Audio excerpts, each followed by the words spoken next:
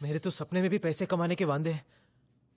हो नाम एक एक्शन हीरो का, लेकिन मैं रिएक्शन हीरो हूं। अंडरवर्ल्ड का तो मुझे पैदाइशी अट्रैक्शन है। मैं खुद तो हूँ फट्टू नंबर 1, लेकिन कॉलेज के टाइम से ही भाई लोगों के साथ उठना बैठना, फुकट का शाइनिंग करना और उनकी खबरें जमा करना मेरा पैशन था।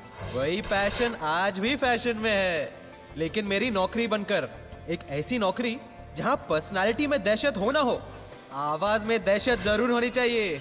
और इस तरह एनकाउंटर स्पेशलिस्ट चावले ने चिकना अयूब को बीच सड़क पे गोलियों से भून दिया, और ये मुमकिन हुआ आप जैसे सतर्क दर्शकों की वजह से। So remember, together we can and we will make a difference. इसीलिए कहता हूँ, अगर चैन से सोना है तो जाग जाइए। मैं हूँ अक्षय कुमार और आप देख रहे हैं खलबली। ओके। अरे यार, अभी तू जरा साइड में आना, तेरे से अर्जेंट बात करनी है। आजा। अरे यार, वो मेरे पैसे का कुछ जुगाड़ हुआ क्या? डिफिकल्ट है यार, अमाउंट बड़ा है ना, सामने वाला गारंटी मांग रहा है। वैसे तुझे इतने पैसों की जरूरत? रवि, इट्स पर्सनल यार। कूल। अंडरवर्ल्ड ने मुझे नौकरी नहीं, छोकरी भी दी है। इस क्राइम रिपोर्टर को प्यार भी हुआ तो एक डॉन की बहन से, और इसीलिए आज मुझे पैसों की फटे तक जरूरत है। वैसे किसे नहीं होती, मेरे एक दोस्त को भी है। I called him the dude.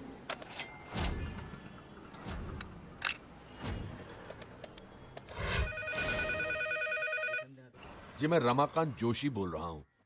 प्रकाश भाई, फिर वही है। रहने दो ना यार, पागल है बुड्ढा, जाने दो। हाँ बोलो। ये 1970 में हगीज डायपर का क्या भाव था जी? 1970 में डायपर का भाव 60 पैसे था। 60 पैसे लिख लो और दोबारा फोन मत करो प्लीज यहाँ पे। जी 1978 में चौथी क्लास के बाल भारती किताब का भाव क्या था? यही ना, 3 रुपए 40 पैसे था। 340 लिख ले और फोन करके जान करना बंद कर दे। हेलो जी, मैं रमाकांत जोशी बोल रहा हूँ। ये 1998 में बारात वाली घोड़ी का क्या भाव था? अरे बाबा 3000 था, 3000। घास मिला के ना? हाँ, घास के साथ। और इसी के साथ retired accountant mister Ramakant Joshi alias dude ने अपने जीवन का सबसे बड़ा अकाउंट क्लोज कर दिया। लेकिन ये इतने डिटेल में किस चीज का अकाउंट लिखा है आपने? देखिए शिवड़े साहब, मेरे बेटे के पैदा होने से लेकर उसकी शादी तक जो भी पैसा मैंने उस पर खर्च किया है, उसका सारा हिसाब किताब इस फाइल में है। एंड मैं ये सारा पैसा अपने बेटे से वसूल करना चाहता हूँ। क्या? बेटे से? From your own son? आप उस अनग्रेटफुल रास्कल को जानते नहीं शिवड़े साहब। मेरा बेटा पुरुषोत्तम टीवी के डेली सोप की तरह है, हर दिन दुख दर्द और तकलीफ की गारंटी। जायदाद के लिए बेटे ने बाप का कत्ल किया। हेलो पापा। हाँ बाबा, मैं क्या सोच रहा था, आपके पास खाली वक्त रहता है तो मेरे साइड पे मेरे काम में हाथ क्यों नहीं बटाते हैं? मैन पावर भी कम है, आपका वक्त भी कटेगा और मुझे भी आपका एडवाइस मिलता रहेगा। कोई तो होना चाहिए जो मालिक की भी गलतियां निकाले। सुनिए, मैं साइड से जोगलेकर का फोन है, कह रहा है वॉचमैन नहीं आया। हाँ मालूम है मुझे, उसे कह दो मालूम है मुझे। अच्छा, इसलिए तो मैं बाबा को कन्विंस। हेलो, वो आपको फोन करेंगे।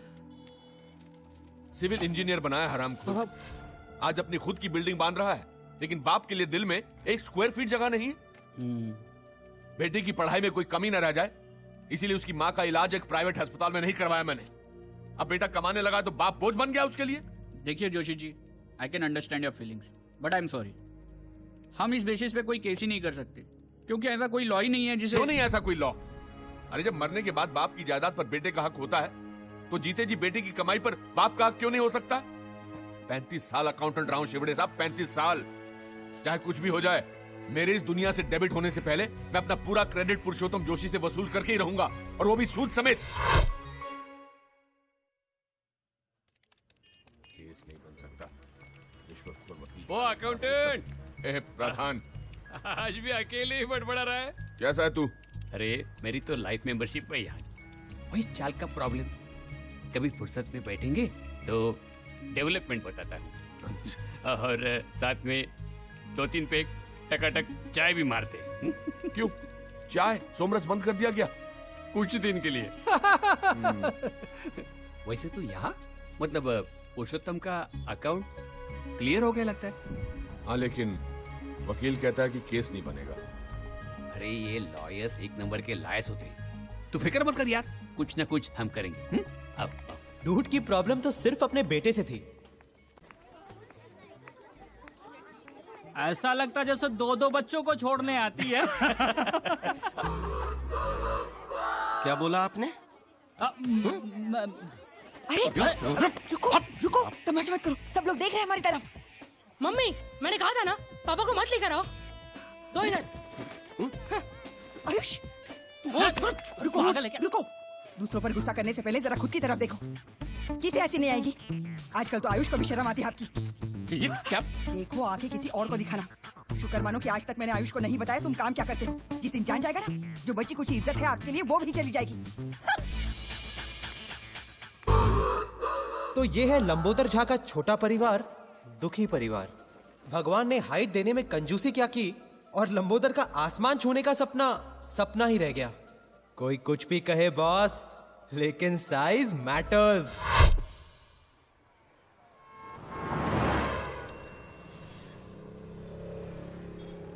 हेलो, यू सब ठीक है ना? कैसे हो भाई? क्या कहा तुमने? अरे नहीं, वो बस यूं ही आप रोज की तरह लाइन में खड़े होते हैं, इसलिए मैंने आपको हाई कह तो दिया। इतने सारे लोग लाइन में खड़े हैं, इनको क्यों नहीं स्माइल किया, क्यों नहीं हाई किया? नहीं बस अरे क्या कर रहे हैं? अपने कम कद के फ्रस्ट्रेशन ने लंबोदर को कुछ ज्यादा ही अग्रेसिव बना दिया, और स्पेशली लंबे लोगों को देखकर तो उसका दिमाग कुछ ज्यादा ही खराब हो जाता। लेकिन लंबोदर की लड़ाई सिर्फ ऊंचे कद वालों से ही नहीं थी, अपनी किस्मत से भी थी। देखिए मिस्टर झा जी, मैंने आपकी कुंडली देखी। हाँ। बाकी तो सब ठीक है, लेकिन अगर आपको आपके जीवन में कुछ परिवर्तन लाना जी है जी जी तो आपको आपके सरनेम का अंत में अक्षर जोड़ना होगा। जी जी, झा के बाद हाँ झा के बाद हाँ, जीना हम लोगों ने यही सीखा। हमारा आर्ट ऑफ लिविंग का क्लास मतलब दारू का खंबा और 3 ग्लास। जिंदगी जीने का इससे सही तरीका और क्या हो सकता है? ये ले भाई, कभी तो हाथ धोया कर। माँ बाप ने इतना भी नहीं सिखाया? सिखाया ना कि बेटा लंबोदर, हाथ पे सुसु नहीं करनी चाहिए। अरे फुल पैक किया डूड, फुल पैक किया। हाथ नहीं धोया तो तुम्हारे तो कहने लगा कि आपको आपके सरनेम के अंत में अक्षर जोड़ना चाहिए। क्या? जाके बाद जाके बाद तो लंबोदर, अगर तेरा नाम फाइनल हो गया है तो नए नाम से बुलाए। जोक था यार। वो कहते हैं ना, क्या करेगा पांडु जब किस्मत ही है खराब खराब। साला, किस्मत बदलने के लिए इज्जत गंवानी पड़ेगी। वो गायत्री भी बार बार धमकाती रहती है कि बेटे को बता देगी मैं क्या काम करता हूँ। इस औरत से शादी करके ना, रक्की, तुम ये गलती रिपीट मत करना।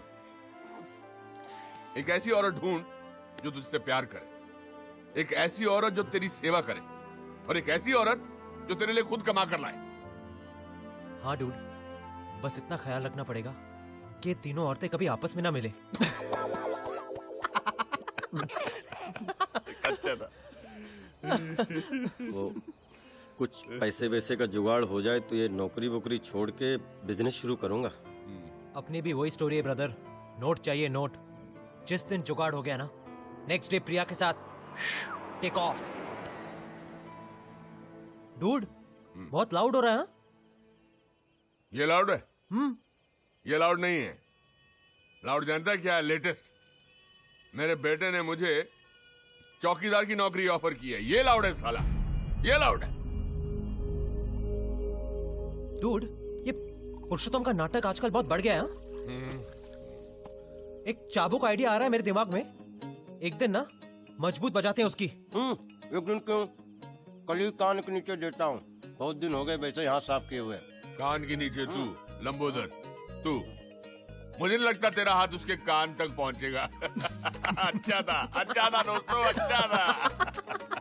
बट सीरियसली डूड, इस पुरुषोत्तम का कुछ ना कुछ तो करना पड़ेगा। ए, जाके बात, वो बॉटल देना उधर से। ये भी अच्छा था, अच्छा था।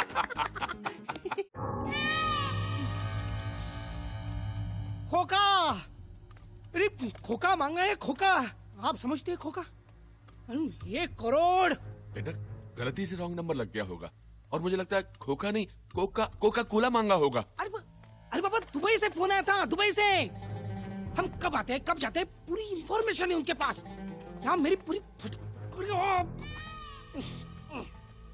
एक तो किसी की नजर में नहीं आया, इसलिए इतना पैसा कमाने के बाद भी इस मिडिल क्लास सोसाइटी में रहते हैं। फिर भी पता नहीं कैसे फोन आ गया। आज की तारीख में बिल्डर होना ही गुनाह है। दवाई। हाँ। मैं तो कहती हूँ आपको पुलिस में जाना चाहिए। वाह, वो कंजूस रसिक लाल ने भी यही गलती की थी। आज स्वर्गलोक कंस्ट्रक्शन का मालिक खुद स्वर्ग में सेटल है। मैं कुछ साल धरती पे ही रहना चाहता हूँ। कुछ न कुछ करके ये 1 करोड़ मैनेज करना ही पड़ेगा। कह रहा था वापिस फोन करेगा।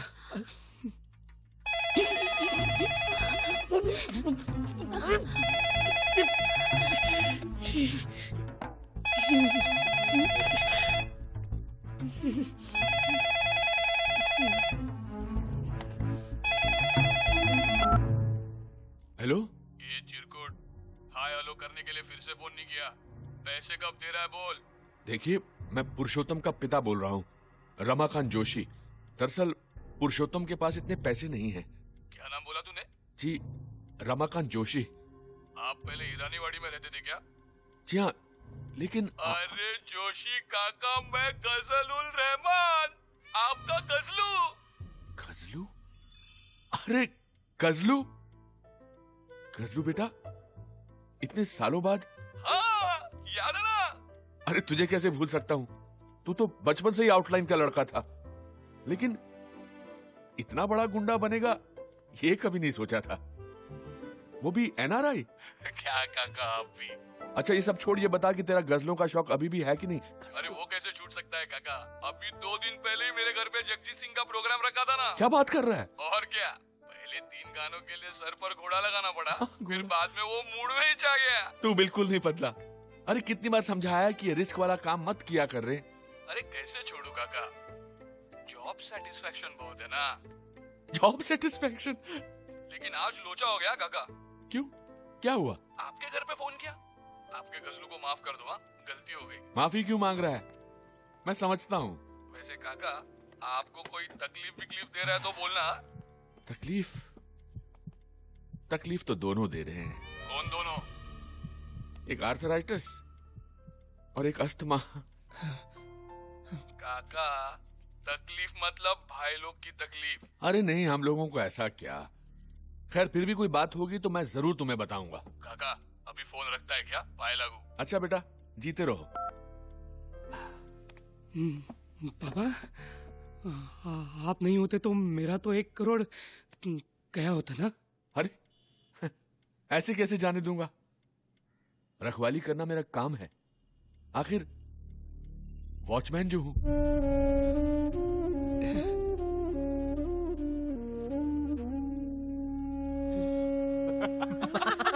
अरे मैं कह रहा हूं ना, पुरुषोत्तम की शक्ल देखने लायक थी, एकदम कोडेक मोमेंट। बोला बाबा आज के बाद मांग कर सिगरेट नहीं पिएंगे। ऑसम डूड, एकदम हाई फाई। तूने भी क्या आवाज निकाल कर बात किया? फुल विकेट गई होगी ना पुरुषोत्तम की। अरे बिल्कुल, मैंने तो इतना डरा वो उसे सुहागरात वाले दिन भी नहीं देखा था। लेकिन काका, तेरा बेटा तो तेरे से भी ज्यादा डरपोक निकला। अरे मैं तो 2 बार सोचता, वो तो एक पांव पर खड़ा हो गया 1 करोड़ रुपया देने के लिए। यार तैयार हो गया? हाँ। क्या टेप लगा रहा है? नहीं सच कह रहा हूँ, बोला कि पुलिस के पास में नहीं जाऊंगा। तुम देखते ना बात करते उसे। काका 1 मिनट, वो 1 करोड़ देने को तैयार है, पुलिस के पास भी नहीं जाएगा? काका की फाइल में भी तो पुरुषोत्तम का हिसाब किताब कुछ 1 करोड़ ही बनता है ना। तो क्यों नहीं, मतलब हेलो ब्रदर, क्यों नहीं हम। सीन लाउड हो रहा है। हाँ, फोन करके बजाई ना उसकी। डूड सिगरेट का पैकेट जेब में लेकर शाइनिंग कर रहा है ना, तो बस इस आइडिया को ना इधर ही धन्यवाद करो। क्या तुम लोग एक्चुअली एक्सटॉर्शन के बारे में सोच रहे हो? अरे एक्सटॉर्शन नहीं यार, इन्वेस्टमेंट है जो मेरे बेटे पर मैंने की है। तो डूड एक्सेप्ट करो कि कभी कभी इन्वेस्टमेंट्स डूबती भी है। अरे इतना अच्छा मौका मिल रहा है पैसा कमाने का, तू जो है। देखो भाई, अगर मेरी शादी प्रिया के साथ नहीं हुई ना तो मेरी जिंदगी भी तेरी तरह झाके बाट हो जाएगी। पैसे की जरूरत मुझे भी है, लेकिन इस तरह धमका के पैसे निकालने वाले हम कोई क्रिमिनल थोड़ी ना है। ठीक कह रहा है, बिल्कुल ठीक कह रहा है। अरे ठीक कह रहा है ना, जिंदगी भर की कमाई हुई इज्जत जाने से बेहतर है कि अपनी कमाई चले जाए। और वैसे भी पुरुषोत्तम का डरा हुआ चेहरा देखकर मेरा 1 करोड़ रुपया वसूल हो गया। वैसे डूड, नाम माइंड ब्लोइंग था ना, गजलुर रहमान। माइंड ब्लोइंग कहाँ से मिला? बांग्लादेश के किसी क्रिकेटर का नाम क्या है। बात कर रहा? वैसे उसका नाम फजल है। अब इसने इफेक्ट के लिए गजल कर डाला। अरे क्या